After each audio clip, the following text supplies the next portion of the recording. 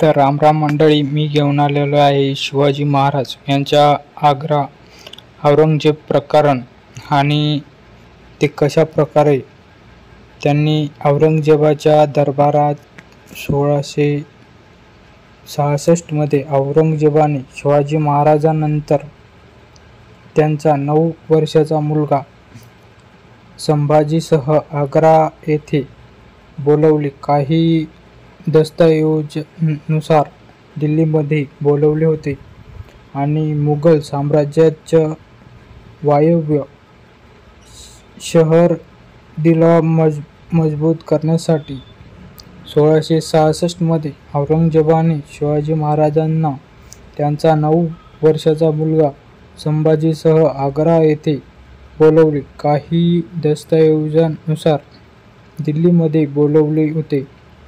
मुघल साम्राज्याच्या वायव्य सरहद्दीला मजबूत करण्यासाठी औरंगजेबाने राजांना कंदाहार येथे पाठवण्याची योजना आखली, जो आता अफगाणिस्तानमध्ये आहे.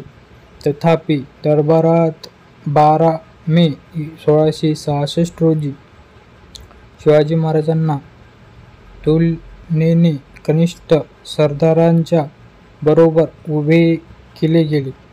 यापैकी काहींना त्यांच्या युद्धात अधिक पराभूत केले होते. शिवाजी महाराज यांच्या अपमानामुळे दरबारातून निघून गेले, त्यामुळे त्यांना तातडीने नजरकैदेत ठेवण्यात आले.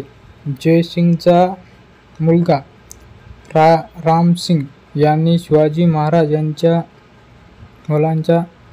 मुलाचा ताब्यात देण्याची हमी दिली आणि शिवाजी महाराजांना नजरकैदेत असलेली स्थिती धोक्याची होती, कारण शिवाजी महाराजांना मारायचे की त्यांना कामावर ठेवायचे यावर औरंगजेबाचा दरबारात वाद होता. जयसिंगने शिवाजी महाराजांना त्यांच्या वैयक्तिक सुरक्षेचे आश्वासन दिले होते, म्हणून त्यांना औरंगजेबाच्या निर्णयावर प्रभाव टाकायचा प्रयत्न केला. दरम्यान शिवाजी महाराजांनी स्वतःला मुक्त करण्यासाठी योजना आखली. त्यांनी आपल्या बहुतेक लोकांना घरी परत पाठवले आणि रामसिंगाला त्यांनी सम्राटाकडे स्वतःच्या आणि मुलाच्या सुरक्षेसाठी दिलेली हमी मागे घेण्यास सांगितले आणि स्वतःला मुघल सैन्याचा सावधी केला.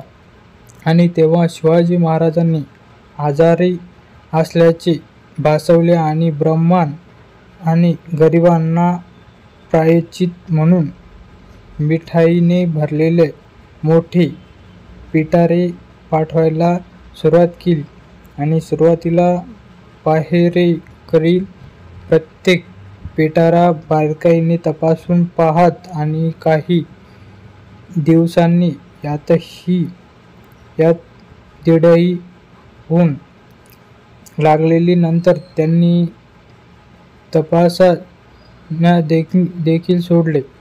17 ऑगस्ट 1666 रोजी शिवाजी महाराज स्वतः एका मोठ्या पिटाऱ्यात बसले आणि संभाजीला दुसऱ्या पिटाऱ्यात बसवून निसटले आणि त्यांना आग्रा सोडले. आणि संशय घेऊ नये, कोणास संशय येऊ नये म्हणून या वास्तव शिवाजी महाराजांचा विश्वासू हिरोजी फर्जंद हा शिवाजी महाराजांचे कपडे चढवून आणि त्यांची अंगठी दिसेल अशी पद्धतीने हात बाहेर काढून झोपल्याचे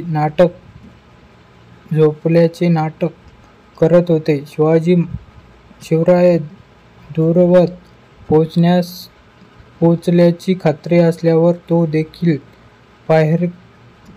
पहारेकऱ्यांना बगल देऊन निसटला.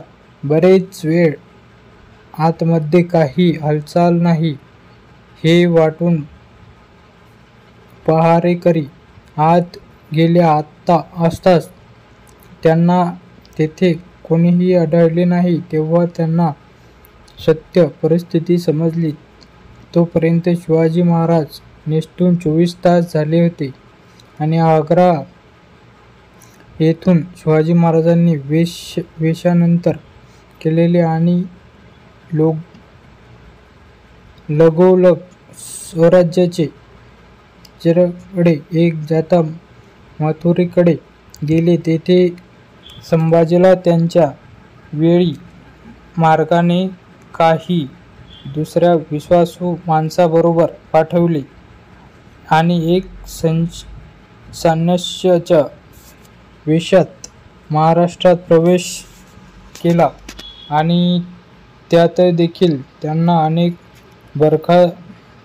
खबरदाऱ्या घ्याव्या लागल्या. तेथे स्वतः अतिशय लांबीच्या आणि तिरकस वाकड्या मार्गाने माजल धर्मजल करीत आले. उद्देश हाच होता की काही झाले तरी पुन्हा औरंगजेबाच्या हातात पडायचे नाही.